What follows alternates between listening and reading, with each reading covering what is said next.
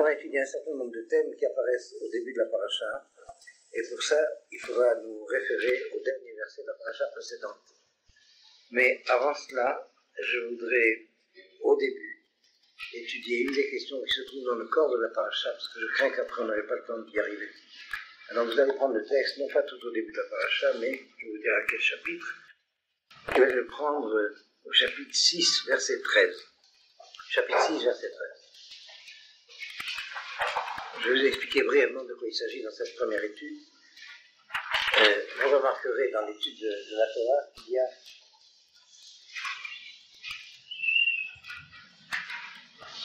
qu'il y a souvent un rappel des dénombrements d'Israël. Le dénombrement, c'est-à-dire de savoir à la fois, c'est un thème que nous étudions d'autre part, mais je le dis très rapidement, de savoir à la fois s'il y a un nombre suffisant, un nombre minimum suffisant par tribu et dans l'ensemble, parce qu'il est nécessaire qu'il y ait un nombre mispar en hébreu, minimum comme véhicule de la présence de la collectivité pour que la Shekhinah puisse résider sur Israël. Chaque fois qu'il y a donc nécessité d'un dénombrement, bien que d'une façon générale, la Torah, ça nous l'étudierons dans une toute autre paracha, la Torah non seulement n'aime pas, mais interdit les dénombrements. Je vais en parler très très rapidement pour expliquer ça, puisque j'y ai fait allusion. Mais ceci dit, chaque fois qu'il arrive un événement dont le résultat est le risque d'une diminution du nombre des personnes en Israël par tribu et dans l'ensemble, et non seulement d'une diminution du nombre nécessaire, mais de la disparition de telle ou telle famille porteur d'un nom particulier de l'ensemble des noms d'Israël. Alors il est nécessaire de provoquer quand même un dénombrement. Et ce dénombrement se fait par le biais, d'ailleurs c'est resté un peu, ça a été repris par le mouvement sioniste à la fondation, par le shekel, par le biais de l'offrande des shekalim, qui permettait d'entretenir le culte des sacrifices d'expiation au temple. Je verrai tout de suite après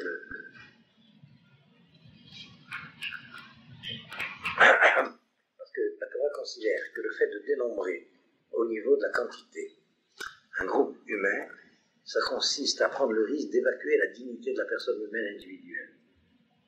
C'est un problème que, pour la première fois, j'ai étudié avec M. Meir. Il avait étudié la notion de masse, et tout ce vocabulaire moderne qui parle des ensembles humains en les objectivisant, en faisant des objets. La notion de masse, la notion de foule, la notion de... peu importe les substantifs, c'est l'idée qui est importante. Le fait de risquer d'évacuer la dignité géniale de la personne individuelle de chacun. C'est un des graves dangers de la civilisation moderne. Et d'ailleurs, le Meir l'avait étudié, vous trouvez certainement cette étude dans son livre qui s'appelle L'existence juive. Il l'avait étudié à propos de la civilisation de Babel. Lorsqu'une civilisation humaine arrive à ce niveau de société fonctionnelle, où il y a ce risque, encore une fois, de perte de l'attention qu'il y a à apporter à l'individu. Je ne veux pas dire l'individu c'est partie des nombres, mais la personne dans sa qualité propre, et c'est un thème très important de la Torah interdit. Mais lorsqu'il y a nécessité de faire le dénombrement, alors, le dénombrement ne se fait pas en comptant les personnes, mais en comptant le chéti shekel, la moitié du shekel qui est donné, et la Torah le définit comme étant le substitut d'expiation de chaque personne. Ish kofer nafsho. Pourquoi ? Je suis allergique, ça m'arrive. Je sais pas tellement ils sont bien. Peu importe, ça va s'arranger. C'est que je vais vous décrire très brièvement ce que c'est qu'un dénombrement tel qu'il est compris dans le terme hébraïque.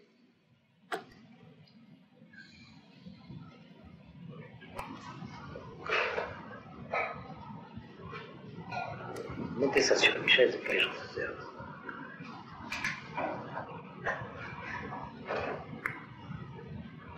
Voilà, le fait de dénombrer un groupe humain, ça signifie en fin de compte de se poser la question combien d'individus sont dignes de porter l'identité de ce groupe.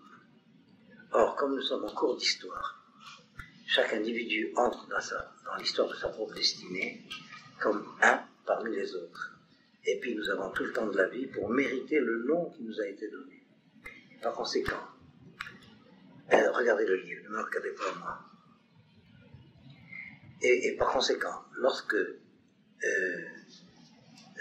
il y a un dénombrement, c'est une mise en jugement de chaque personne, de chaque individu qui se fait. Et c'est la raison pour laquelle le dénombrement est dangereux. J'espère que je dis suffisamment clair. Après, je vous dirai comment on explique de manière un peu populiste, comme on a l'habitude de dire. Le sens est le même, mais la forme est différente. C'est-à-dire, le fait de dénombrer, c'est interpeller chacun qui fait partie d'un groupe, le sortir de l'anonymat, de l'abri de l'anonymat du groupe, de la collectivité, l'interpeller à l'échelle individuelle et le faire passer en jugement. Mérites-tu ce nom qu'on t'a donné d'Israël? Or, comme bien évidemment, avant l'achèvement de la destinée de chacun, on n'a pas atteint ce niveau de mérite, le fait d'être interpellé par ce jugement avant est dangereux. Est-ce que c'est clair l'idée? Bon, on a l'habitude de dire il ne faut pas compter les gens parce que ça porte le mauvais œil. Bon, ces manières de s'exprimer, c'est pas faux dans l'intention de contenu des formules telles qu'elles étaient employées par les sages de l'Antiquité. Mais la manière dont les modernes utilisent ces formules en leur donnant un sens de superstition, il vaut mieux les évacuer et ne pas s'en servir.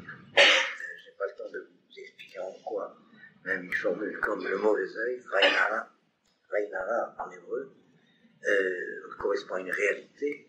C'est pas le sujet de ce soir, mais simplement pour vous dire que, je prends cet exemple pour dire en général, lorsque vous avez une expression traditionnelle, populaire, familiale, surtout dans des communautés qui ont été obligées de changer de civilisation, et par conséquent qui n'ont pas été capables de traduire dans les termes exacts de la civilisation nouvelle ce qu'ils pensaient dans les termes exacts de la civilisation ancienne, et puis les communautés juives, à travers leur histoire, ont dû changer de langue, changer de registre culturel. Vous avez tous connu ça dans chacune de vos communautés. Par exemple, combien de petits juifs en France emploient les termes de la liturgie chrétienne pour parler de la bar mitzvah, pour parler de la brit mila. Je ne dirais pas les mots que c'est, mais vous les devinez. Et ça ne veut pas dire que je veux dire que c'est en toute bonne foi. Alors en toute bonne foi, des gens, même des savants, enfin des érudits, des gens réputés érudits vous diront qu'il ne faut pas compter parce que ça porte le mauvais œil. Mais ça a une allure tellement de superstition incompréhensible qu'il vaut mieux ne pas employer ces expressions. Est-ce que c'est clair?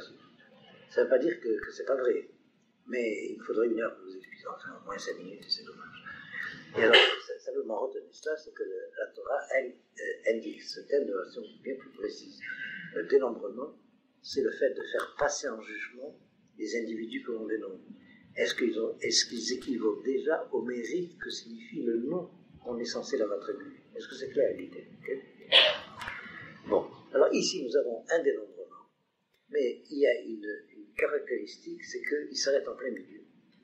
Et c'est vraiment un des mystères de l'étude du texte biblique.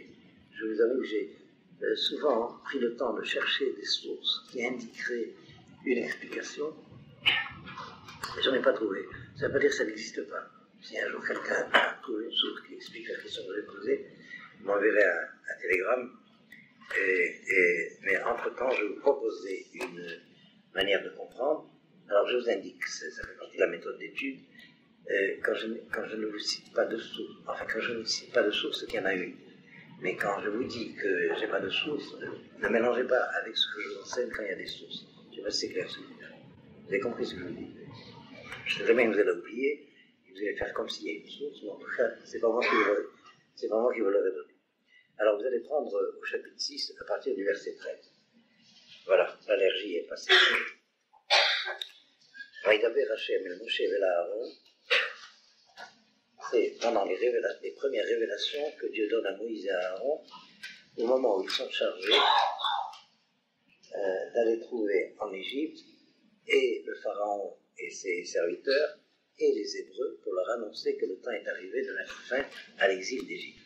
Donc nous sommes dans les première péripétie de ces révélations.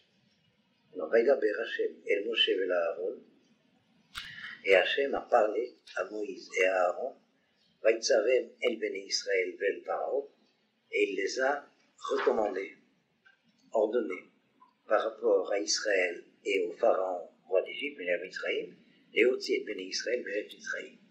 L'objectif étant afin de faire sortir les enfants d'Israël du pays d'Égypte.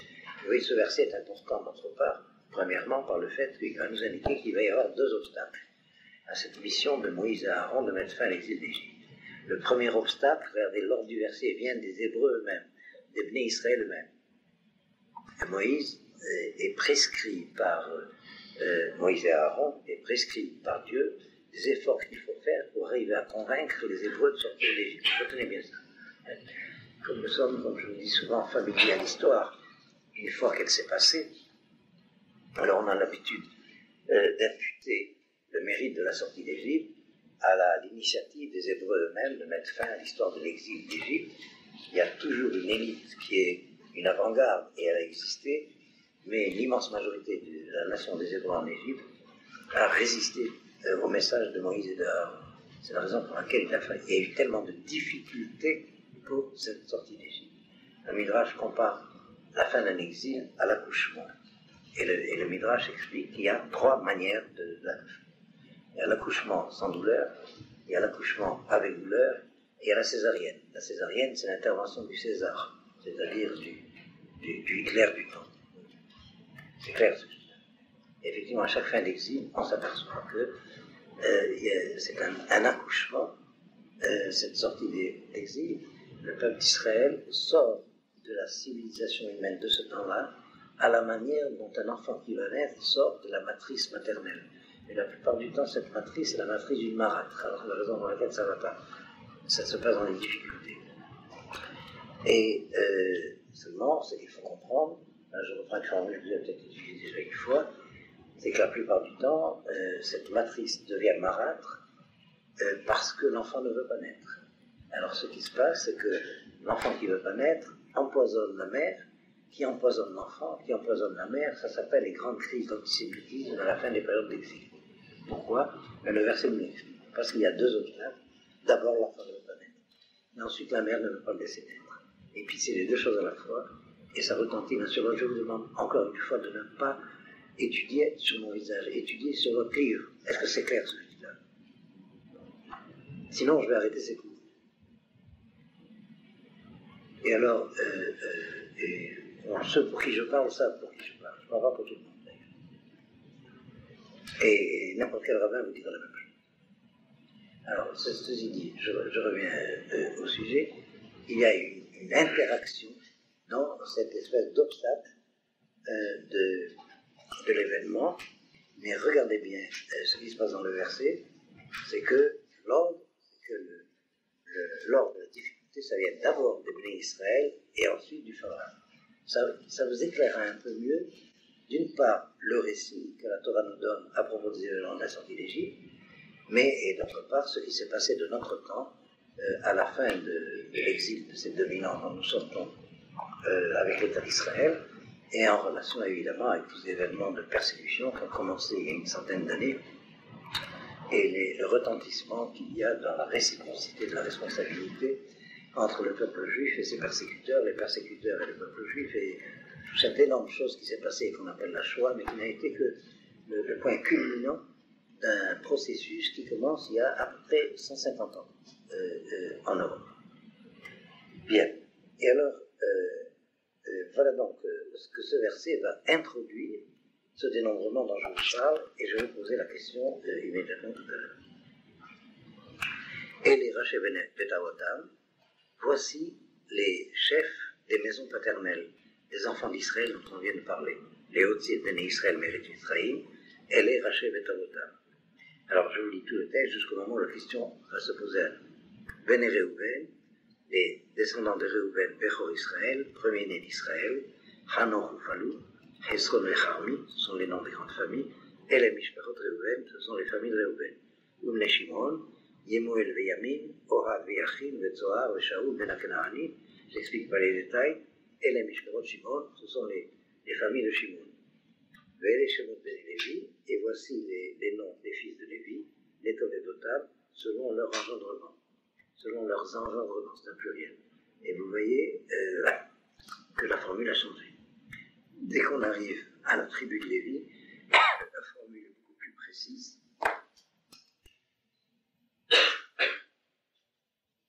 Parce qu'il va s'agir de l'ordre même des engendrements.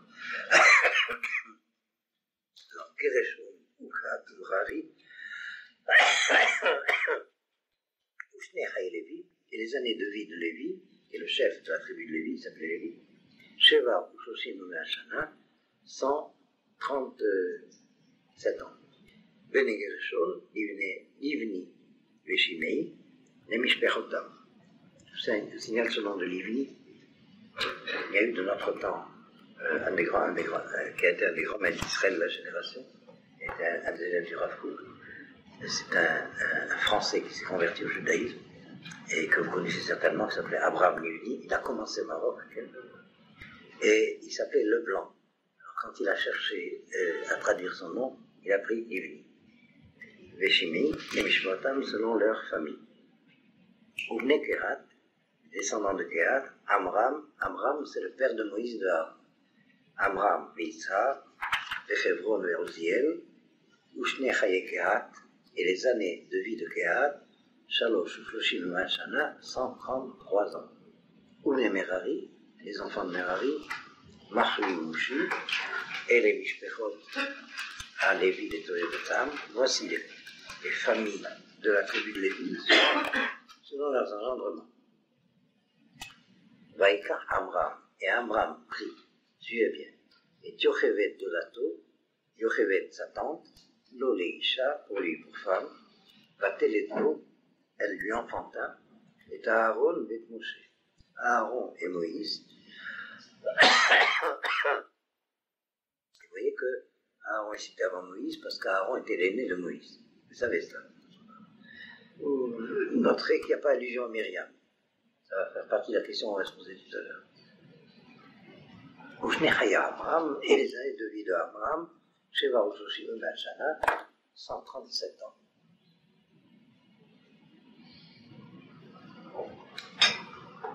Ubne Yitzhak, les descendants des fils de Yitzhak, Korach, Vanefeg, Bezichri, Ubne Uziel, Mishaël, Vetzafan, Besitri, Vaikach Aaron et Elisheva, et Aaron prit Elisheva, Bat Aminadav,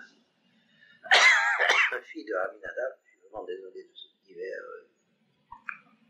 Achot Narshon, Loleisha, sœur de Narshon, pour lui, pour femme.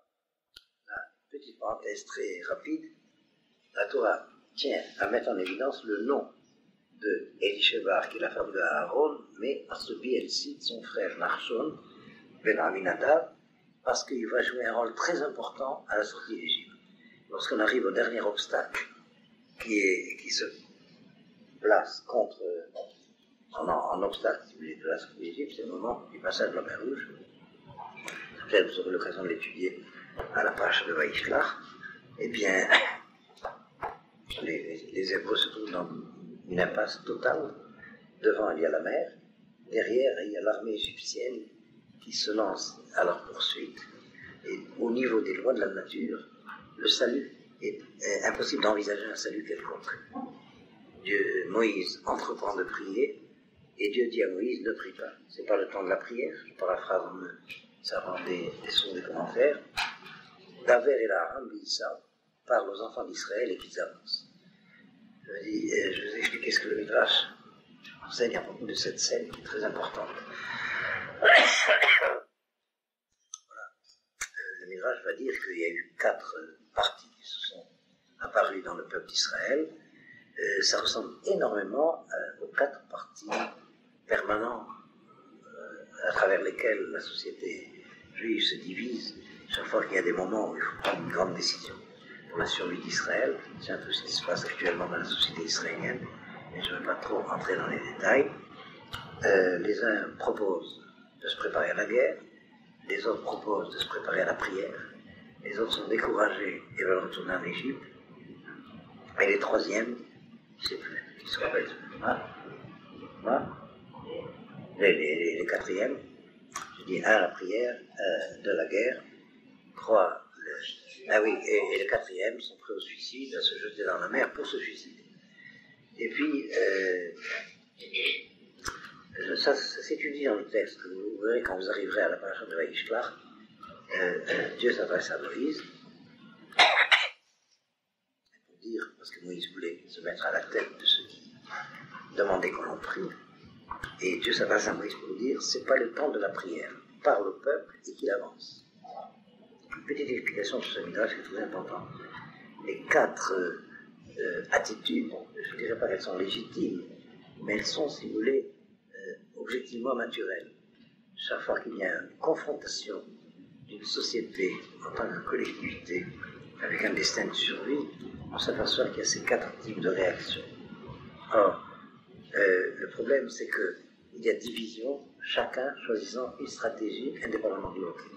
Si les 4 stratégies étaient vécues ensemble, alors il n'y aurait pas de danger. Et les 4 stratégies étant vécues ensemble se modifient chacune d'entre elles.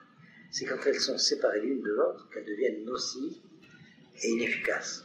Je devrais inverser, inefficaces parce que et même nocives. Je vous donne un exemple et après je reviens à ce midrash. C'est lorsque Jacob a eu à rencontrer Ésaü. Le Talmud, son frère Ésaü, il voulait, bref, ses rencontres avec le frère qui est un faux frère, ça me rappelle un vers de Musée, l'étranger qui lui ressemble comme un frère. J'essaie de rappeler de ça. Vous savez de qui je veux parler? Eh bien, je ne parle pas de Musée, je parle de l'étranger qui ne ressemble pas comme un frère. Eh bien, alors le Talmud explique que Jacob se prépare à 3 stratégies. La prière, la guerre et les concessions.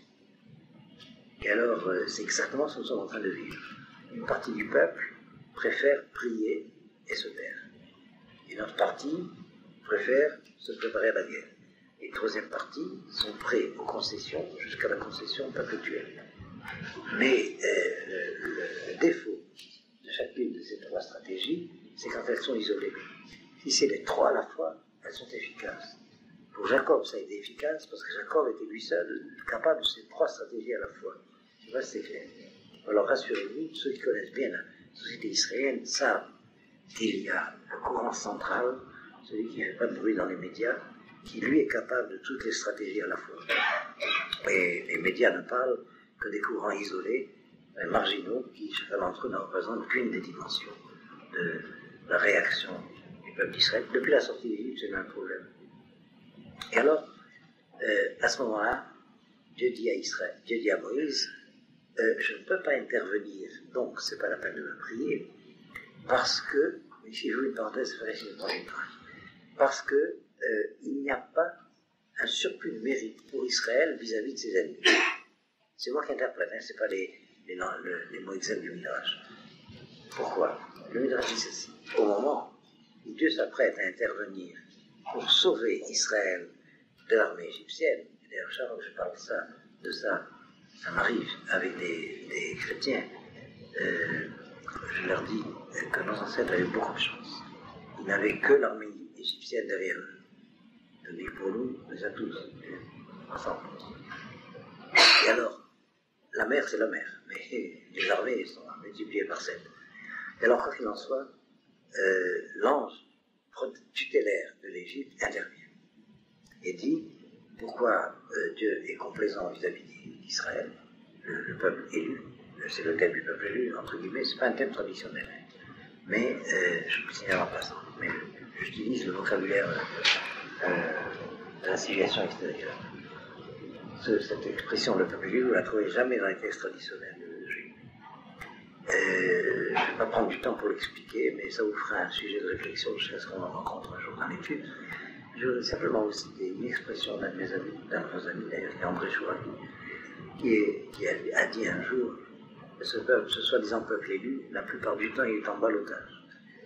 Et vous savez que ça veut dire être en ballottage, être ballotté. En tout cas, pour revenir au sujet, ça c'est une invention de la théologie chrétienne. Parce que ça voudrait dire qu'il faut mériter l'élection. Alors qu'il s'agit de tout à fait autre chose. En tout cas, je reviens C'est un peuple où il y a peu d'appelés, mais beaucoup d'élus, si j'ose dire. Juste l'inverse que j'ai décidé. Et alors l'ange de l'Égypte intervient. C'est un méthode très difficile. Et effectivement, par la suite, on s'apercevra que Israël peut être capable d'idolâtrie, Israël peut être capable des défauts qu'on peut reprocher aux Égyptiens. Et on voit d'ailleurs la très nouvelle législation israélienne, et on s'aperçoit que les mœurs égyptiennes, ça en plein au bagat. Vous avez remarqué, approchez-moi les gens, c'est pire que les mœurs égyptiennes. Parce qu'en Égypte, c'est pas légalisé. Alors qu'Israël, c'est des mœurs égyptiennes. En Égypte, c'est pas légalisé. Alors que notre gouvernement actuel se paye le luxe de légitimité. Bon, c'est une des raisons qui font que la situation est si difficile actuellement. Pas seulement le problème de notre politique, mais surtout le problème du régime qui devient un régime dictatorial et le problème de la tension avec la tradition juive elle-même. C'est nouveau, c'était latent, si vous voulez. Ça ne devient grave que récemment. Récemment, vous savez depuis quelles élections le peuple est. Alors, en tout cas, pour revenir au sujet, voilà que l'ange de l'Égypte intervient. Il y a qu'à effectivement lire les annales de la Knesset du Parlement pour savoir que l'ange de l'Égypte, du sage de Israël, ont raison de dire, mais de quoi vous parlez? Cela c'est comme ça. Regardez comment c'est. Cela c'est comme ça. Regardez comme ça. Alors donc, Dieu dit à Moïse, il n'y a pas de surcroît de mérite. Si vous arrivez à acquérir un mérite supplémentaire, alors je peux intervenir. Et ce mérite, c'est la Emouna. Parce qu'il fallait avoir une Emouna en béton armé pour pouvoir se décider. Devant, il y a la mer, l'obstacle de l'eau de la nature. Derrière, il y a l'armée, la force de l'ennemi. Et pour nous, c'est le monde entier, c'est l'armée égyptienne, parce qu'il y a derrière. Et de dire, on y va quand même. Alors le verset, c'est Daber et Naham et Issaou parle au peuple qui s'avance. Un a eu le courage de se jeter dans la mer, il a ouvert la mer pour tous les autres. Il s'appelait Nachshon ben Avinadab. C'est ce Nachshon que fait le verset. Et c'est pas en hébreu moderne, en hébreu israélien, pour dire, comment on peut dire ça en français, ça m'échappe, ces avant-gardes qui défrigent, qui déchiffrent. On les appelle les Nachshonim. Vous avez certainement ceux qui parlent déjà l'hébreu israélien, cette expression. C'est plus que les pionniers. C'est plus que les pères fondateurs. Il y a sûrement un mot en français. Non, c'est plus que ça. Oui, quelque chose comme ça. Premier de cordée. Les Nachshonim. Bon. Va-t-elle de l'eau, et Nadav et Abihu, et elle lui enfantage, comme dit le verset, Nadav et Abihu, et Lazar et Itamar. Ouvne Korach, Asir ve'Elkana ve'Abiasaf, et les Mishmot HaKorchi, ve'Elazar ben Aaron, Nakarlo v'Ibnot Putiel, lo leisha, va-t-elle de l'eau et Pinchas, et les Raché Avot Aleviim et Mishparotam. On énumère, on entreprend, semble-t-il, l'énumération du dénombrement des tribus d'Israël, à partir de la tribu du fils aîné Réhouven. Après Shimon, on arrive à Lévi, c'est très en détail, on met en évidence des noms importants comme Nachshon, comme Pinchas, qui va jouer un grand rôle par la suite. Verset 26, ou Aaron ou Moshe, il s'agit de, c'est lui, Aaron et Moïse, Asher Amar Hashem Lahem, à qui Dieu a dit, Otsi et Bnei Israël, Meret Mitzrayim, Al-Tzivotam. Faites sortir les enfants d'Israël du pays d'Égypte, Al-Tzivotam, en rang de colonne militaire. Comment on dit ça en français, ça m'échappe. En ordre de combat. C'est comme ça qu'on disait. Dans quel corps tu as fait l'armée? C'était dans l'esprit. Alors, en ordre de combat. Je continue. Verset 27. Hemam Daberim, c'est eux qui parleront, ceux capables de parler. Elle parle au pharaon, Melech Mitzrayim, roi d'Égypte, les Hotiers de Béné Israël et Mitzrayim, pour faire sortir les enfants d'Israël de l'Égypte, ou Moshe et Aaron. Lui, Moïse et Aaron. Verset 28, Vaï Veyom Diver Hashem el Moshe Beret Mitzrayim, et il arriva, lorsque, à partir du jour où Hashem parla à Moïse au pays d'Égypte, et commence le récit de l'intervention de Moïse et de Aaron chez le pharaon et chez les Hébreux. Bon. Et là s'arrête le dénombrement. Alors voilà, je vous ai lu le texte, la question qui apparaît, pourquoi la Torah arrête le dénombrement en plein milieu? S'il s'agissait de dire qui est Moïse et Aaron, eh bien, la formule aurait pu être autre, mais pas forcément ce dénombrement qui apparemment devrait être exhaustif, mais qui s'arrête à Moïse et à Aaron. Vous avez compris la question? Qu'est-ce qui pourrait suggérer une réponse d'après ce qu'on vient de lire? Après, je vous donnerai un autre texte qui éclaire un peu. Revenez au premier verset que je lis.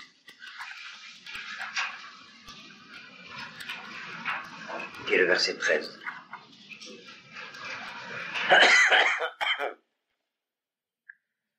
וידבר השם אל משה ואל אהרון, ויסבם אל בני ישראל. Et Hachem parla à Moïse et à Aaron, ויצווה אל בני ישראל, et il les prescrit, ordonna, commanda, pour les enfants d'Israël et pour le Pharaon. Alors, une explication simple consisterait à dire, là, il y a la nécessité d'identifier Moïse et Aaron, parce que jusque-là, on n'en a parlé qu'incidemment. De les identifier du point de vue des engendrements d'Israël. Pourtant, c'est un sujet facile pour vous.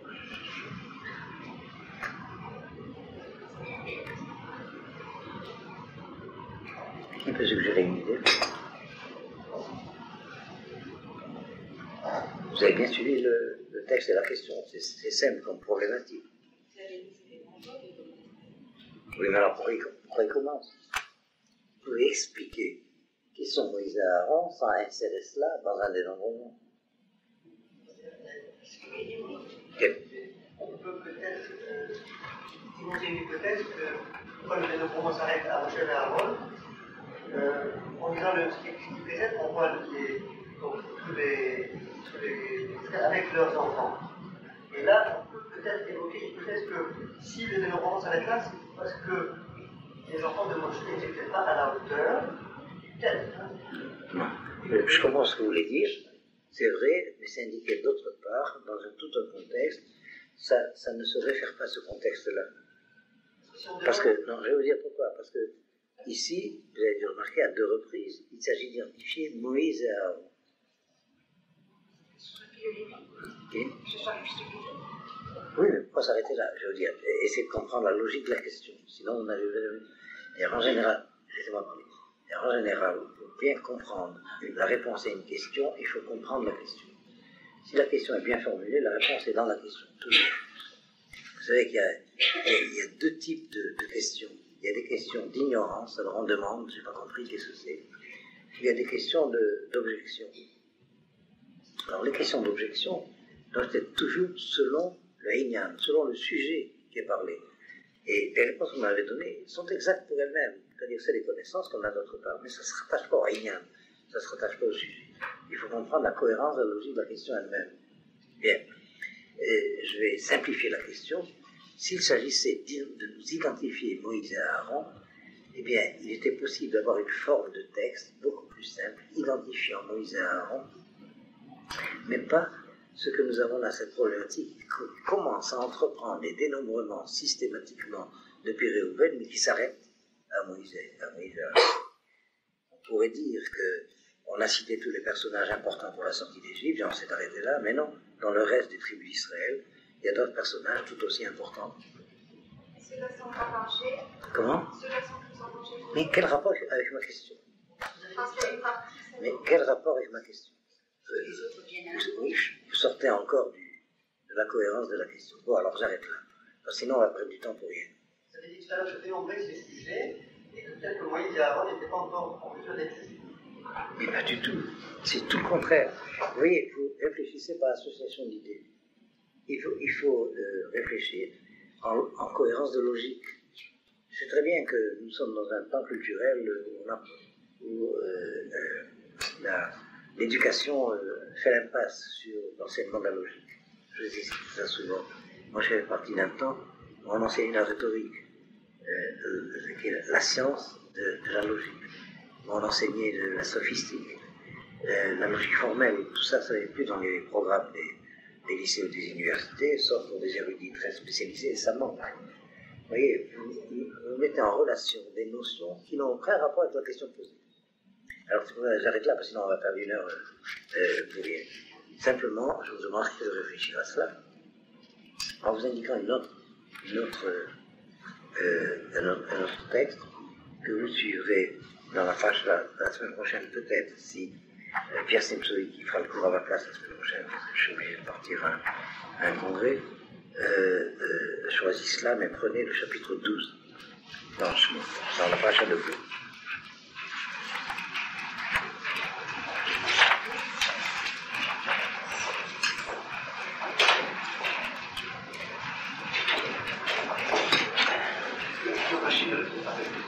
Non.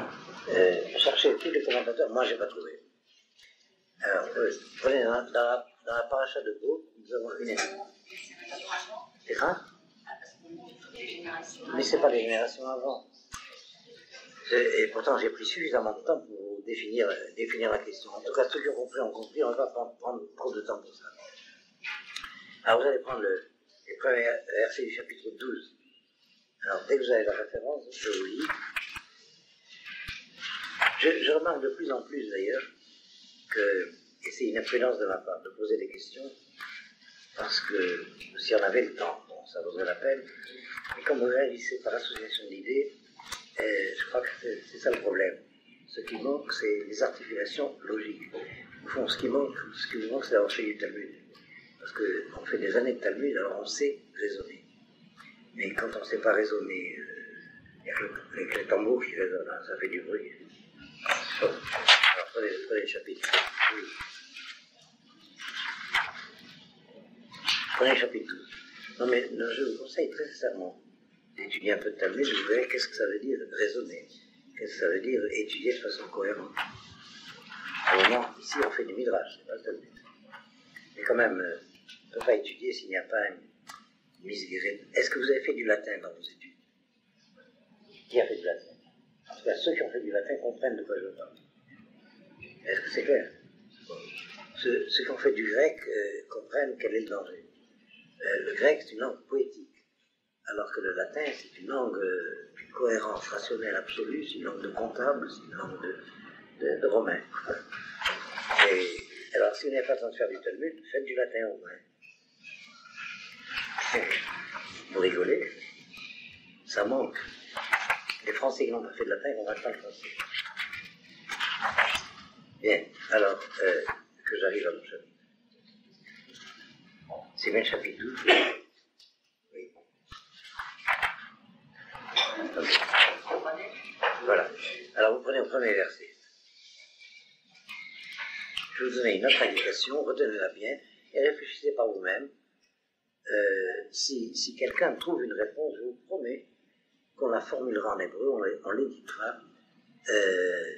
C'est un chidouche qu'on attend depuis 2000 ans. Alors, on lit ensemble. Vayomer Hashem el Moshe, et Hashem dit à Moïse, Ve'el et à Aaron, Ve'eret Mitzrayim lemor, dans le pays d'Égypte, en disant, en ces termes. Regardez, là il y a une particularité que je ne vais pas étudier. Il faudrait s'attendre à Vaïdaber, Hashem el Moshe, Ve'el Aaron, Ve'eret Mitzrayim lemor, mais il y a Vayomer lemor. C'est une particularité, mais ça nous prendrait trop de temps. La première des mitzvot qui est donnée à Israël, la Torah d'Israël, il y a eu, je vous en prie, il y a eu quelques mitzvot qui ont été déjà données depuis le premier homme jusqu'au patriarche.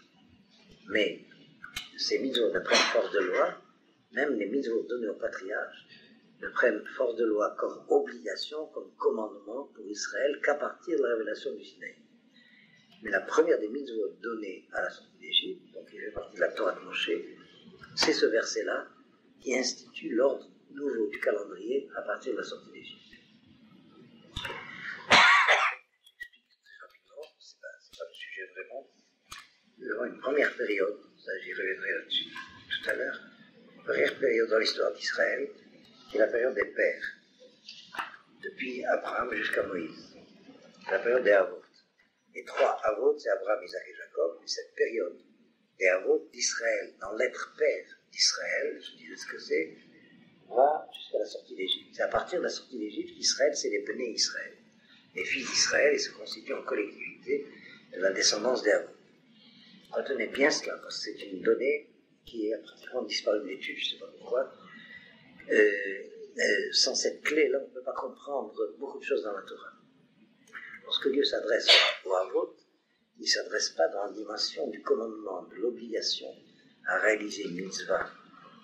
Il s'adresse dans un projet de promesse qui concerne précisément la descendance des Havot, la descendance des pères, lorsqu'elle se constituera en société, en collectivité. Nous avons une première partie de la révélation au Père, c'est des révélations de promesses. Tandis que la révélation au Fils, c'est la révélation de la loi. Et ce qui explique l'importance de ce verset qui revient souvent, Daber el Béné Israël, parle aux enfants d'Israël. C'est-à-dire la révélation de la loi concerne les enfants d'Israël en tant que collectivité, en tant que peuple, en tant que société. Alors que la révélation de Dieu au Père nous dépasse infiniment.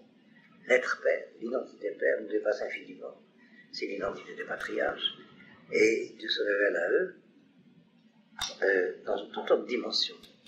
C'est la dimension de la Mida, alors que c'est les filles, c'est la dimension de la Mitzvah. Je vais expliquer c'est quoi. C'est-à-dire la collectivité d'Israël comme peuple, et donc chaque individu à l'intérieur de la société réalise la parole de Dieu en réalisant des commandements d'obligation. Tandis que ces mêmes valeurs sont transmises aux patriarches dans la dimension de midot, de qualité, de vertu. Mais les pères ont vécu d'après la Torah. Les pères, quand on dit les pères, c'est les avos. On dit en français les patriarches, j'aime pas ce mot-là parce que ça renvoie à l'idée de vieillard, alors que le mot de père en hébreu, ça veut dire les engendreurs, ceux qui font les fils. Alors que le patriarche, ça veut dire les grands-pères, c'est tout à fait autre chose. Donc, Abraham à sa manière, Isaac à sa manière, Jacob à sa manière, chacun d'entre eux était le juste de trois vertus différentes. Abraham la vertu de Chesed, Isaac la vertu de Din, Jacob la vertu de Hémet. Chacun à sa manière ont vécu d'après la Torah, mais c'est leur manière d'être, c'est leur vertu. Tandis que nous, les enfants des Havot, sommes reliés à la Torah par la dimension de l'obligation, de la mitzvah. Alors j'explique. Vous remarquerez, est-ce que vous avez bien compris ce que je viens de dire jusque-là? Il faut que vous pressentiez pour le moment la différence de comportement d'après la Torah des Havot et des Banim. Les pères étaient à eux tout seuls, chaque individu, chaque personne, tout Israël. Alors que les fils sont des individus, sont des personnes individuelles à l'intérieur d'une collectivité. La Torah s'adresse comme loi à la collectivité. Et l'individu dans la collectivité entend l'obligation de la Torah sous forme de commandement. De commandement à quoi? De faire équivaloir son équation personnelle à l'identité israélienne. Et en fait, c'est un problème extrêmement important, vous remarquerez que toute la loi est toujours formulée au futur et pas à l'impératif. Remarquez ça depuis le début. Je vais expliquer assez rapidement, ça nous devons faire à l'enseignement du Rav Kook. Mais j'ai l'habitude de citer un des commandements qui sont les plus problématiques dans les 10 commandements, l'otirtzar. On entend ce l'otirtzar, qui littéralement signifie tu ne tueras pas, on entend ne tue pas. On entend l'impératif alors qu'il est formulé au futur. C'est-à-dire on est tellement familier au fait de traduire au niveau de l'impératif une loi qui est formulée au futur qu'on ne se rend pas compte, qu'on esquive l'essentiel de ce que cela peut signifier pour nous. En fait, lorsque ça signifie que les Havot ont entendu la parole de la Torah. Ils l'ont entendu dans la dimension de la Mida, c'est leur manière d'être. Tandis que les Banim l'entendent dans la dimension de l'obligation. Il faut réaliser le devoir d'obligation pour pouvoir être celui à qui les promesses ont été faites. Voilà, est-ce que c'est clair comme analyse? Et alors, rappelez-moi pourquoi j'ai parlé de cette différence de catégorie entre les pères et les fils.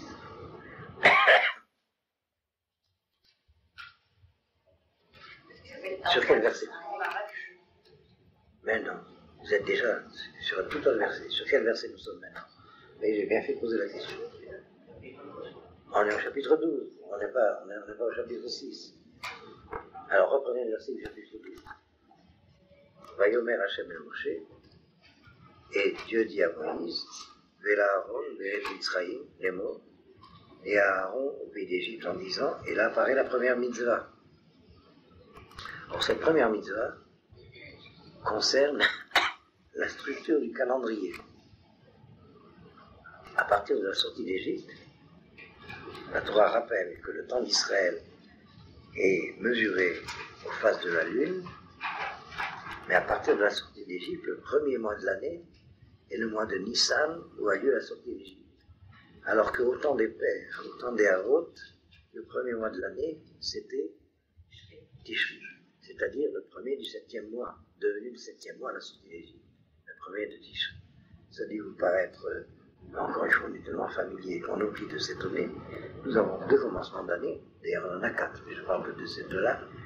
Le commencement de l'année au premier Tishri, et le commencement de l'année au premier Nissan. Et alors c'est étonnant que le début de l'année soit le premier du 7e mois. Personne ne s'est jamais posé la question. Pourquoi le début de l'année c'est le premier du 7e mois? Alors, je vais expliquer jusqu'à ce que vous puissiez me dire si c'est suffisamment clair. Avant qu'Israël ne se constitue en société, en peuple, l'identité Israël et dans l'identité père, elle est à l'intérieur de l'année universelle qui est l'année de l'universel humain. L'année des Goïm est comptée à partir de Tishri. Le premier de Tishri, c'est le jour qui commémore la création du monde et où toute l'humanité passe en jugement. L'année qui commence à Tishri est rythmée par les événements à l'échelle universelle. Tandis que l'année qui commence à Nissan, c'est l'année propre à l'histoire d'Israël de manière spécifique.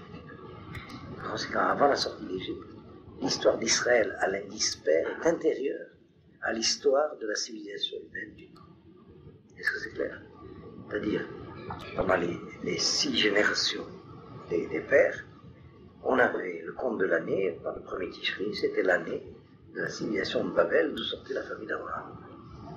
Alors qu'à partir de la sortie d'Égypte, ça sera l'année qui commence à Nissan, c'est l'année particulière à Israël. Regardez bien le verset. Ce mois-ci sera pour vous le début des mois. Rishon ou Lachem, il sera le premier pour vous, les Chodesh Hashana, des mois de l'année. Pour vous qui? Les enfants d'Israël. Vous voyez ce qui se passe dans cette révélation, une mutation de l'identité Israël. Elle passe de l'identité père à l'identité fils. Alors encore une fois, je rappelle cette analyse, ça épuise pas le sujet, la différence entre les pères et les fils, mais sur souvent le problème.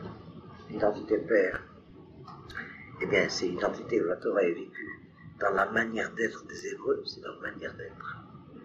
Et l'identité fils, c'est que cette manière d'être devient obligation d'avoir à vivre selon cette manière d'être. Si vous voulez, je prends notre vocabulaire. Par rapport à la Torah, nous naissons Jacob. Et il faut devenir Israël pour que les promesses faites à Israël se réalisent. Alors c'est Jacob qui a l'obligation de devenir Israël. Tandis que pour les pères, ils sont d'emblée Israël. Chacun des patriarches a son identité. Abraham à sa manière, Isaac à sa manière, Jacob à sa manière. Est-ce que c'est clair ce que je veux dire? Nous avons à travers les siècles des personnes individuelles dans le peuple juif. Je ne vous donnerai pas d'exemple d'ailleurs. Qu'on appelle les Yechidim. Yechidim. Qui peut traduire ce mot de Yechidim? Yechidé Zgoula, mais Yechidim. Les uniques. Ça veut dire, ce sont des grands maîtres d'Israël à travers les siècles.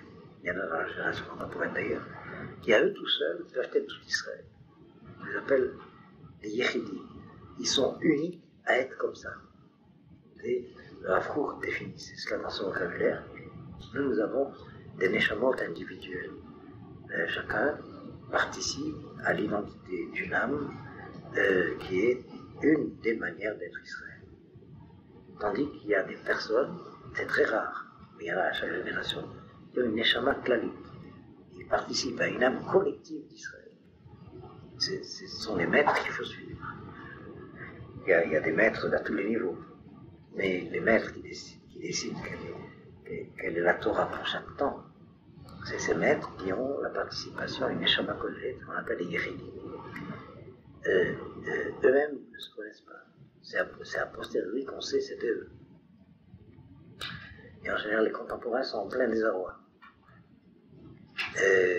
Il faut vraiment une aide, l'inspiration de diagnostic pour savoir par où ça passe, par qui ça passe. Et ce que je voudrais ajouter, c'est que, bon, ça m'a échappé, c'est que je ne devais pas vous le dire, probablement. Mais quoi qu'il en soit, vous voyez la différence entre le temps des Havot et le temps des Banim. On appelle effleurer la question. J'en profite pour vous dire, j'entends souvent dire une énormité de stupidité, que ce qui fait la grandeur du judaïsme, c'est que les grands héros, Abraham, Isaac, Jacob, Moïse, etc., sont des hommes communs. C'est complètement faux. Ce n'est pas des hommes communs. La preuve, c'est que leur histoire a ébranlé le monde entier, alors que nous sommes des microbes à côté. Nous, il faut se mettre à 600 000 pour faire Israël. Eux, chacun d'entre eux, c'était Israël. Je ne sais pas si c'est clair. Quand vous entendez des sornettes pareilles, vous saurez que celui qui parle comme ça n'a jamais lu la Bible. Il a lu lire des traductions. Vous voyez, c'est une... On dit ça en français, mais en hébreu, c'est débile. C'est débile de parler comme ça. Vous avez compris un peu à quoi je suis allé. Et alors, c'est qu'on est imprégné de mentalité complètement étrangère. Oui, il faut se poser la question que cette histoire de famille a ébranlé le monde entier. Qu'est-ce qui se passe derrière? Qu'est-ce qu'il y a au fond? Alors, vous croyez que c'est vraiment des tout un chacun comme chacun desquels il s'agit. Mais méfiez-vous de ça. J'ai souvent entendu ça de gens de bonne foi, de dire c'est la grandeur du judaïsme, de parler du roi David comme si c'était le cousin de Yael Dayan. Je ne sais pas si vous avez ça. Bon, en tout cas, pour revenir au sujet, c'est pas que j'en veux particulièrement à Yael Dayan, c'est pire que ça. En tout cas, pour revenir au sujet, c'est notre sujet. Il y a d'ailleurs une karianite, comment on dit karianite en français? Speakerine, c'est pas du français, c'est beau. Une speakerine à la radio, qui doit être très sympathique, mais que je ne peux pas entendre parce qu'elle a la même voix. Je ne sais pas si vous voyez de qui je parle. Celle qui fait les communiqués militaires. En tout cas, j'ai oublié son nom, peu importe. On ne cite pas les voix. Bref. Pour revenir donc au sujet. Voilà l'indication qu'il y a là. Rashi va se poser la question suivante, et c'est son premier commentaire de la Torah. Il va poser la question suivante. Cette question se trouve 7 fois dans la Torah Shebal, dans le Talmud et dans le Midrash. Rashi la pose, et chaque fois elle est posée dans une nuance différente. Rashi va la poser à sa manière. Il pose la question suivante. Il dit, en principe, la Torah aurait dû commencer dans ce verset-là. C'est la première des mitzvot données à Israël. Vous comprenez? Et comment ça se fait qu'elle commence au récit de la création? Alors, très rapidement, c'est un sujet très vaste. En fait, ceux qui étudient cela, étudiez-le en hébreu. Je veux dire la forme de la question de Rashi en hébreu. Vayatzarich le'atril et Torah b'chodesh lachem, dans le verset, Mataham patach b'bereshit. La question de Rashi doit être précisée. Il fallait faire débuter les atril et la Torah comme loi que par la première des mitzvot. C'est clair. Et pourquoi le texte de la préface de la loi commence à la création et pas à l'histoire du premier homme? Mataham patach. Il y a une tiha à la Torah, une tiha qui était nécessaire, une préface qui était nécessaire a posteriori pour expliquer qui est Hachem qui s'adresse à Israël, qui sont Israël, qui c'est Moïse et Aaron et qu'est-ce qu'ils font en Égypte. Pour expliquer cela, pour introduire la première des mitzvot, il faut a posteriori tout le texte de la Torah jusqu'au premier homme. Et donc la question de Rashi ne porte pas sur tout le texte depuis Bereshit jusque-là, elle porte que sur le Maaseh Bereshit, que sur le premier chapitre qui parle de la création. Vous reverrez le texte de Rashi en hébreu. Un jour, on aura l'occasion de le faire en détail. Rashi donne la réponse qu'il donne, ça nous mène trop loin, mais il faut comprendre ça par rapport à notre question qu'il est dans. Dès que la Torah se formule en tant que loi, il est nécessaire qu'on nous explique qui sont Moïse et Aaron, par l'intermédiaire de qui Dieu s'adresse à Israël. Et qui est ce Dieu, et qui est cet Israël, et qu'est-ce qu'ils font en Égypte, et de quoi il s'agit. Donc tout ce récit historique, comme préface à la loi comme loi, était nécessaire. Est-ce que c'est clair? Et dans cette question globale, c'est une question qui est très très importante, ce sont deux sujets complètement différents, la loi et le récit de l'histoire. Dans aucune littérature au monde, ça fait partie du même ensemble. Il y a des livres d'histoire, et il y a des codes de la loi. Et alors, un des commentateurs de Rachi d'ailleurs l'explique de cette manière, voilà l'intention de l'histoire de Rachi. On aurait pu avoir le livre de la Torah qui commence là, et d'autre part un livre d'histoire. Depuis la création du monde jusqu'à la sortie d'Égypte, il serait un livre historique qui viendrait en tête du livre de Josué, les rois, etc. Vous voyez ce que je veux dire? Pourquoi la Torah a tenu à les mettre dans un même ensemble qui est Torah? Il y a une raison nécessaire, je vais le dire très rapidement. Il faut d'abord identifier qui est cet Israël à qui la Torah est donnée. La Torah ne concerne en rien quelqu'un qui n'est pas d'Israël. Et Israël, c'est Israël concerné par la Torah. Toute notre histoire, c'est la tension entre ces deux polarités d'identité. Israël comme peuple et la Torah d'Israël. Et c'est pas le sujet maintenant, je le dis simplement de manière globale. Nous sommes le seul peuple qui est en tension d'identité avec sa propre identité. Et le récit historique de la génération de la sortie d'Égypte ne nous parle que de ça. Le conflit entre Israël et lui-même par rapport à la Torah. Et vous remarquez que c'est ce conflit que nous vivons dans la société israélienne de manière beaucoup plus intense que dans n'importe quelle communauté juive, parce que c'est dans la société israélienne que Israël. Ailleurs, c'est dilué, artificiel. Les tensions qu'il y a dans les communautés juives, c'est des problèmes de préséance, qui va s'asseoir au fauteuil du président, qui va s'asseoir au fauteuil du vice du président. Mais ici, ça prend une toute allure. C'est des problèmes d'organisation nationale. Et donc c'est la raison pour laquelle cette tension entre l'identité d'Israël et la Torah d'Israël est vécue au paroxysme ici. Mais c'est cette histoire que la Torah nous raconte. Moïse sera constamment aux prises avec sa génération sur ce problème, parce qu'il est celui en qui culmine l'histoire d'Israël antérieure, il est celui avec qui commence la révélation de la Torah pour l'histoire d'Israël en vue du monde à venir. Bien, je referme cette parenthèse, vous voyez comment les deux questions se relient. Il était donc nécessaire de nous expliquer qui sont Moïse et Aaron. Quand on vient se ranger ce texte du dénombrement qui va jusqu'à Moïse et Aaron, bien pourquoi il s'arrête là? Et encore une fois, c'était nécessaire de commencer sans continuer pour nous dire qui sont Moïse et Aaron. Alors réfléchissez à la question. Donc vous avez un exemple de question d'exégèse de cela. À l'université, on répond de façon très simple. Quand on a recopié les textes, il y a un copiste qui a oublié une page. Et ça, c'est la réponse que vous aurez à l'université. Bien. Alors, on commence le premier texte que je voudrais que vous étudiez avec moi ce soir. Quelle heure il est déjà?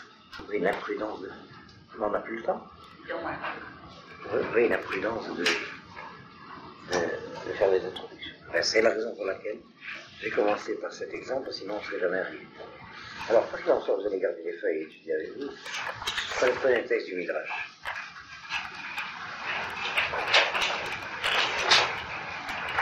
Et nous reprenons notre paracha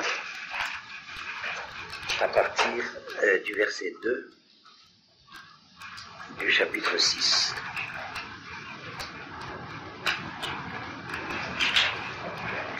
Voilà, regardez Elohim el Moshe, Vayomer elav ani Hashem. Vraiment, une phrase seulement pour attacher à ce qui se passe avant, parce que j'ai plus beaucoup de temps. Regardez Elohim el Moshe, Vayomer elav ani Hashem. C'est un verset très particulier de la Torah. En général, nous avons l'enseignement exactement inverse. C'est Hashem qui se révèle en disant « Je suis Elohim ». Et ici, c'est Elohim qui se révèle en disant « Je suis Hashem ». Alors, je me borne à signaler la difficulté, une étude qui prendrait beaucoup de temps. Simplement, je vous signale le problème.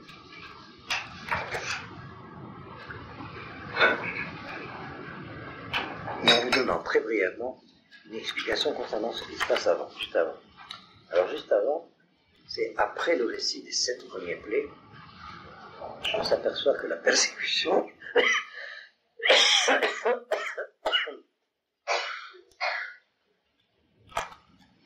je dois avoir un chat égyptien dans la gorge.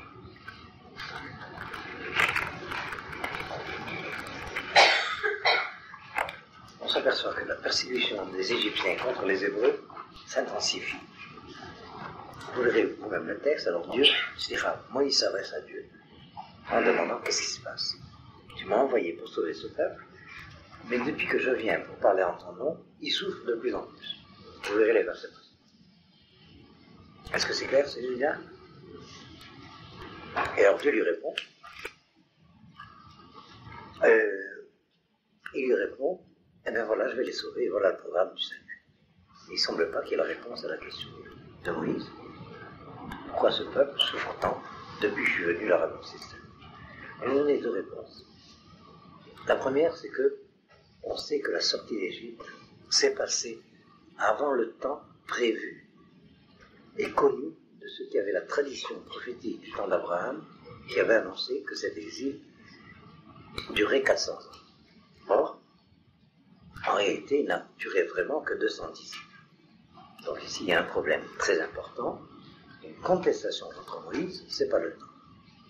Et cette contestation vient et des Égyptiens, qui réclament leur contrat de travail de 400 ans, et des Hébreux, qui disent non, nous devons être esclaves 400 ans, pas seulement 210 ans. Je ne sais pas si vous remarquez à quel point ça ressemble aux événements que nous traversons dans le temps contemporain. Les Russes qui ne laissaient pas sortir Israël, c'est pas le temps.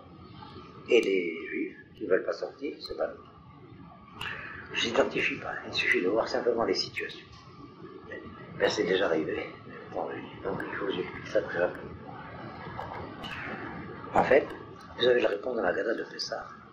C'est qu'effectivement, il a fallu que Dieu compte les 400 ans depuis la naissance d'Isaac pour pouvoir légitimiser la sortie d'Égypte 210 ans après la descente de Jacob en Égypte. C'est à partir de la descente de Jacob qu'a commencé l'exil, mais étant donné que la postérité d'Abraham commence avec Isaac, alors si on commence les 400 ans à la naissance d'Isaac, on arrive à la fin des 400 ans au moment des 210 ans à partir de Jacob. C'est clair, le compte, c'est un peu plus compliqué, mais je simplifie. C'est pourquoi nous avons une tradition très importante, c'est grâce au mérite d'Isaac que la sortie d'Égypte a pu être faite.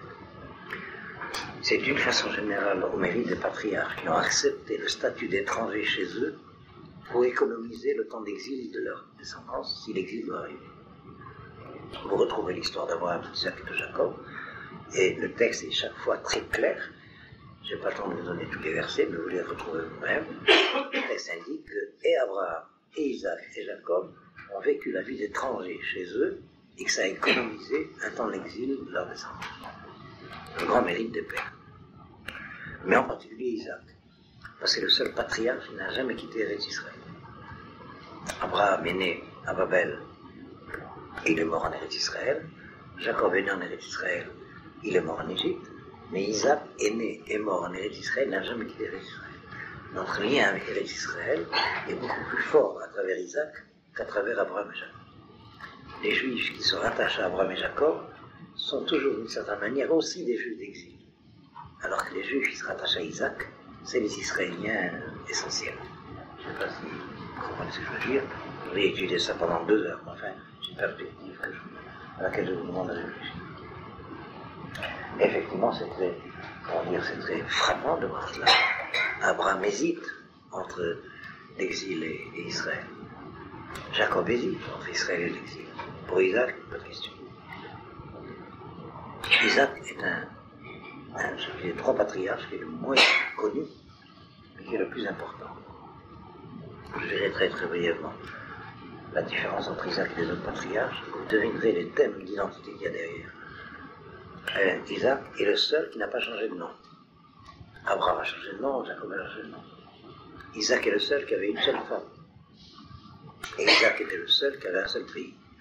C'est-à-dire c'est le monothéiste intégral. Alors, au commencement de notre histoire avec Abraham, à l'achèvement de notre histoire avec Abraham, il y a une ambivalence, une ambiguïté, disons, entre l'universel et le spécifique. Tandis qu'Isaac est le seul qui est le spécifique qui consiste à être l'universel. Bon, c'est notre sujet, mais réfléchissez. C'est l'importance d'Isaac. Un jour, je crois que j'ai donné une étude là-dessus, peut-être un jour j'y reviendrai sur qui est Isaac. C'est important de savoir ça par rapport à nos problèmes contemporains. Vous savez aussi dans le temps contemporain, des Juifs qui sont des Juifs d'exil et qui viennent en Israël faire un pèlerinage en Terre Sainte. vous avez des Juifs qui sont d'Israël, mais qui préfèrent être à Los Angeles, ou ailleurs. Et puis vous avez les Juifs, ceux-là, Isaac, ils sont d'Israël, et d'Israël, et d'Israël, un point. Et même quand ils sont en voyage. Donc vous avez compris le... Bien. Et alors, d'autre part, en fait, la deuxième réponse à cette interrogation de Moïse, c'est que précisément, ces 190 ans d'exil économisés par le mérite des pères, les Hébreux ont dû les vivre de manière accélérée, donc intensifiée, pendant les derniers moments de l'exil d'Égypte. Comme c'est la première fois que ça arrive, qu'au temps de la délivrance, c'est là que les souffrances de l'enfantement apparaissent, à l'échelle de l'histoire du peuple, la première fois que ça arrive, on est tellement, comment dire en français, étonné, incompréhensible, on dit. Quand on ne comprend pas comment dire en français. Hein? Oui, vous avez compris l'idée que Moïse intervient et dit, je ne comprends pas. Regardez prenez le verset 23. Ouméaz bâti el Pharaon, et depuis que je suis venu chez le Pharaon, et d'Aber Bishmecha, pour parler en ton nom, verset 23 du chapitre 5. Je vous avais dit de reprendre le début de la phrase. Vous y êtes? Chapitre 5, verset 23. Ouméaz bâti el Pharaon, et depuis que je suis venu chez le Pharaon, les D'Aber Bishmecha, pour parler en ton nom, Erar la Hamazé, il y a eu du mal à ce peuple-là, Ve'atzel lo itzalper Hamecha, et délivré, tu n'as pas délivré ton peuple. Alors c'est ce qui explique la manière dont notre verset est formulé. Vaïdaber Elohim el Moshe, et Dieu parla, et Vaïdaber et Elohim, ça veut dire, et Dieu parla durement à Moïse. Vaïomer, et après il dit, et là, Ani Hashem. On va lire Rashi, je reviens sur le verset, alors regardez Rashi. Vaïdaber Elohim el Moshe, suivez, parce qu'on n'a plus de temps, je voudrais terminer quand même. Diberito Mishpat. Dieu parle avec lui des paroles de jugement. Chaque fois que le terme de Daber est employé, ça veut dire des paroles dures. Chaque fois que le nom de Elohim est employé, ça veut dire Dieu dans son attribut de rigueur, comme juge. Vaïdaber Elohim el Moshe. Et Dieu, comme juge, parla durement à Moïse. Et la Torah ne nous dit pas ce qu'il lui a dit. Et après lui avoir dit ce qu'il lui a dit, en réponse à son interrogation difficile de tout à l'heure, alors Vayomer Elav, il lui dit, Ani Hashem, je suis Hashem, et comprends qu'est-ce que ça veut dire. Je suis Hashem, c'est la suite du texte qui va nous expliquer, celui qui va réaliser les promesses. C'est précisément parce que c'est le temps de la réalisation des promesses que ça devient difficile. On va lire Rashi et j'explique un peu. Vaïdaber Elohim de Moshe, prenez Rashi. Diberito Mishpat, il a parlé avec lui des paroles de jugement, Al Sheikshal Edaber, à cause du fait que Moïse a parlé durement, Ikshal Edaber. Ici, c'est le sens un peu araméen qu'il faut donner dans ce mot, c'est un mot hébreu, mais Rashi emploie avec le mot associé, dans ce sens araméen, Kushia. Kushia, c'est poser une question sous forme d'interpellation, de difficulté, de revendication, comment on dit en français, je prie. Kushia, une contestation. Parce qu'il a contesté en parlant et en disant Lama Ve'otala Hamazé, pourquoi tu as fait du mal à ce peuple. Mais ce qui se passe, réfléchissez bien à ça, c'est le temps des espérances. Et au temps de l'espérance, il y a les douleurs de l'enfantement qui apparaissent. Et comme c'est la première fois, alors on s'insurge. Comment c'est possible? Alors qu'on doit vivre le moment de la délivrance, c'est là qu'on souffre. Alors demandez à une femme qui a accouché, comment ça se passe? C'est au moment de l'accouchement que c'est le plus dur. Voilà, vous avez compris un peu. C'est bon, comme c'est la première fois, alors il y a étonnement. Et c'est Moïse qui est le porte-parole de cet étonnement, c'est plus qu'étonnement. Il y a révolte. Et nous allons voir tout de suite comment le Midrash formule ces paroles de réponse de Dieu à Moïse. Alors prenez le texte et je lis très rapidement, ne serait-ce que le début, avant la 5 minutes quand même. Alors, il s'agit sur le verset 3. Je me suis révélé à Abraham, à Isaac et à Jacob, El Shaddai, en tant qu'El Shaddai, c'est-à-dire Dieu qui promet, Ushmi Hashem, mais par mon nom de Hashem, Dieu qui réalise, Le Dartilahem, je ne me suis pas fait connaître de. Voilà l'essentiel de la réponse.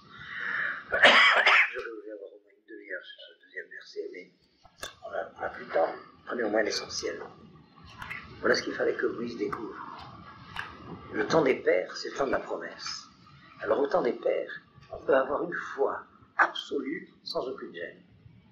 La foi est shléma, parfaite, lorsqu'on est en train de croire à une promesse qui se réalisera.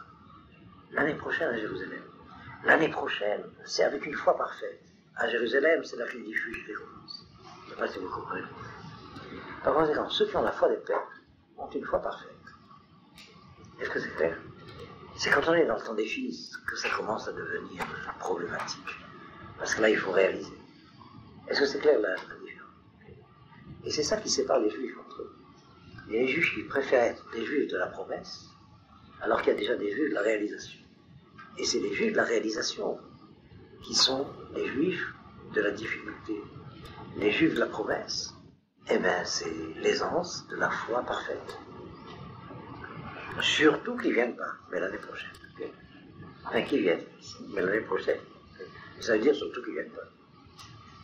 Est-ce que c'est clair ce que je dis? Comprenez bien ça. Notre génération sert de révélateur à un problème très difficile. Ceux qui ont cru pendant des siècles, si ça leur était arrivé de réaliser ce qu'ils auraient réalisé, ben c'est pas évident. Dieu seul le sait. La preuve, c'est que nous sommes la génération de ceux qui avaient cru pendant des siècles et qu'il y a qu'une partie infime qui a réalisé. Une fois que c'est réalisé, les autres viennent faire le pèlerinage. Ils réclament une place en terre. C'est exactement la vocation du placenta au moment de la naissance. C'est une vocation place en terre. Et pas si c'est clair, en tout cas pour revenir. Malheureusement, c'est vrai. C'est dramatique. Cette génération de Moïse, et nous sommes en ce temps-là, c'est dramatique. Il faut passer du temps de la promesse au temps de la réalisation. Et c'est là que les difficultés commencent. Alors je vais d'abord mettre ça en évidence, c'est un problème extrêmement important. Okay? C'est une foi d'une toute autre modalité que la foi qui consiste à espérer dans l'accomplissement de la promesse, et d'une part, et d'autre part, à la foi qui consiste à être solide pour que la promesse se réalise. Pour vous dire ça en décryptant un peu plus, mais je ne voudrais pas trop schématiser. La foi d'un juif et la foi d'un israélien, c'est pas au même niveau. La foi d'un juif, c'est qu'un jour on reviendra au pays. La foi d'un israélien, c'est que c'est dans notre pays qu'on est revenu. C'est des problèmes complètement différents.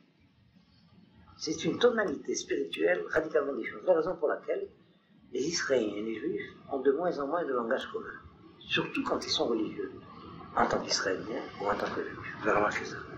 Les Juifs pieux, en tant que Juifs, n'ont qu'un rapport avec les Israéliens pieux en tant qu'Israéliens. Les Israéliens pieux en tant qu'Israéliens comprennent les Juifs pieux, parce que nous sommes d'origine juive. C'est pas une blague. Nous sommes vraiment d'origine juive. Donc on sait de quoi il s'agissait dans la foi des pères. Mais les pères ne comprennent rien de la foi des fils. Regardez, quelle est la... Tu comprends ce que je dis? D'ailleurs, ça a dû vous arriver d'avoir cette expérience-là. Tous les nouveaux en ligne, au bout d'un certain moment, se rendent compte, tiens, on ne se comprend plus avec les cousins. Et pourquoi? Eh bien, c'est pas parce qu'on ne continue pas à savoir qui ils étaient, on était comme nous. C'est parce qu'eux n'ont pas encore l'expérience de qu'est-ce que c'est que la foi d'Israël. Ils ont la foi du peuple juif en exil. Est-ce que vous comprenez la différence? Alors, c'est ce temps de passage qui est la génération de la sortie d'Égypte sous la conduite de Moïse. Ce qui est frappant, c'est que la dernière parole de la prophétie, c'est le dernier verset de la prophétie de Malachi, c'est « Ve'eshiv levavot albanim ve'lebanim ha'avotam ». Voilà qu'est-ce que dit le prophète doit faire.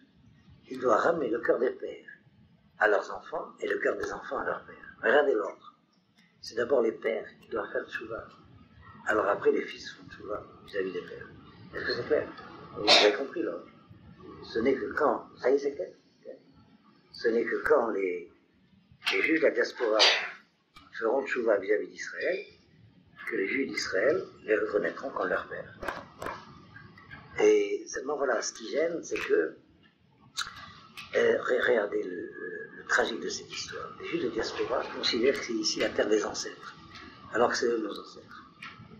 Je ne sais pas si vous voyez le drame. Est-ce que c'est clair ce que je dis? C'est eux nos ancêtres. Mais quand ils pensent à nous, ils disent la terre des ancêtres. À l'envers, c'est ça, le peuple juif, complètement à l'envers. Et alors, là où ils sont le plus à l'envers, c'est à côté de Bruxelles, ça s'appelle l'Anvers.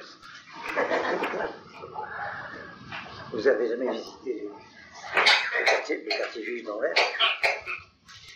C'est pur comme un diamant.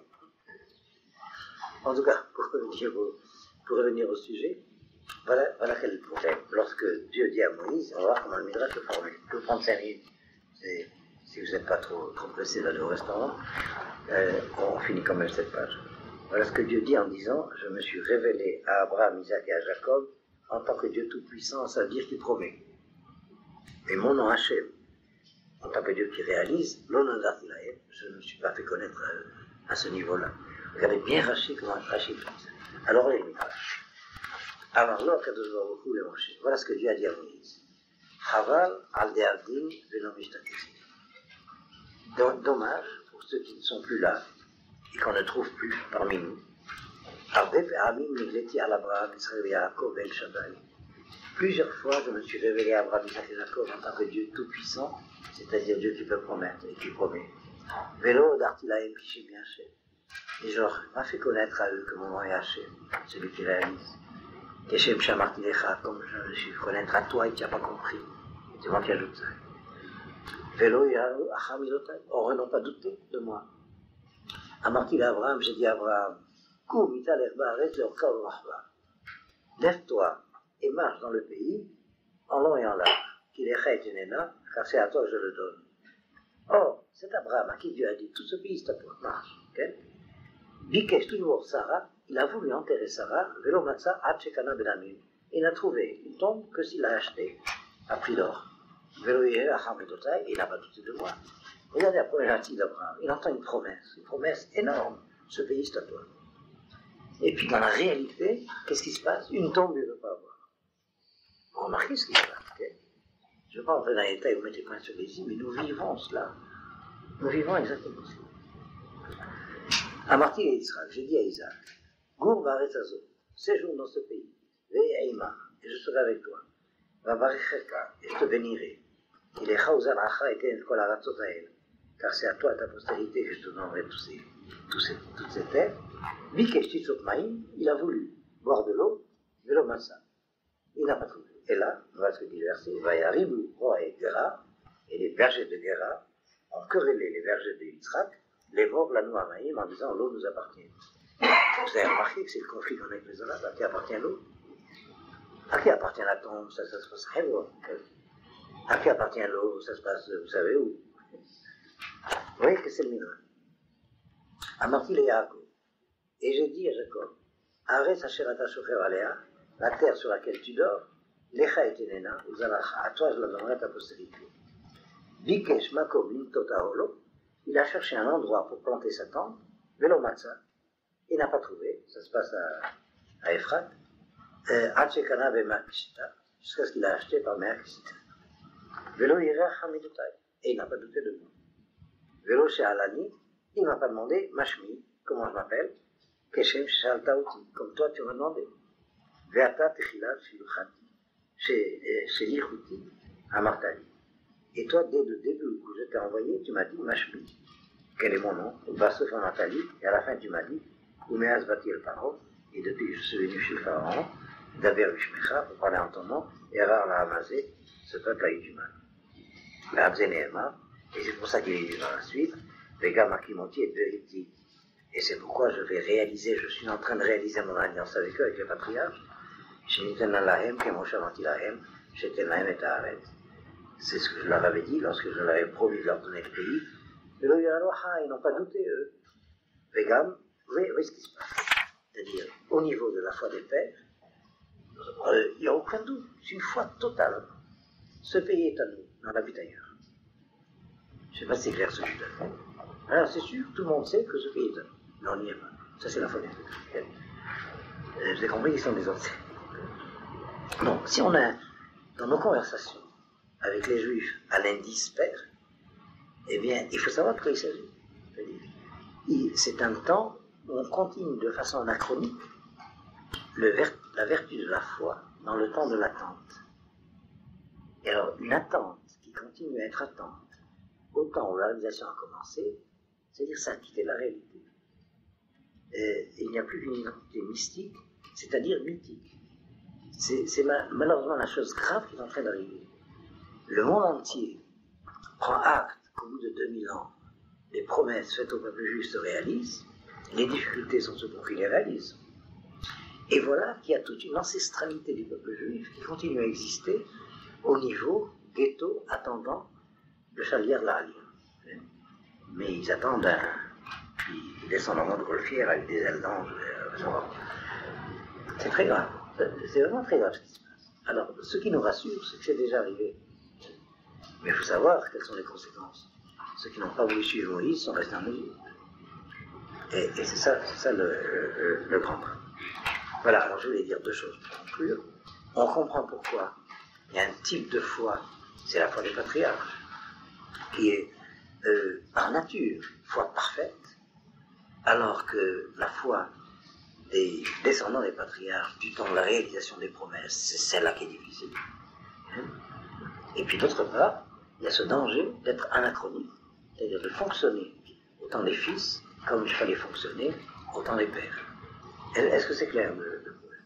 Alors vous voyez quelle est la portée de ce que les commentaires mettent en évidence par rapport à ces versets. Alors je suis désolé de ne pas pouvoir aller beaucoup plus loin. Quoi qu'il en soit, je vous donne rendez-vous dans 15 jours. La semaine prochaine, c'est Pierre Simsoli qui vous fera le cours sur la paracha. Pour ceux qui l'ont déjà suivi, vous savez qu'il faut venir. Sauf, encore une fois, je dis ça et puis je dirai plus de l'année, je vous demande instamment, je ne parle que pour ceux que ça concerne, d'étudier en regardant votre livre, et pas d'étudier en regardant ma figure. Et ça, je le répéterai pas une deuxième fois. Les gens qui ne sont pas capables de ça, c'est pas la peine de venir au cours. Voilà. Alors, à bientôt.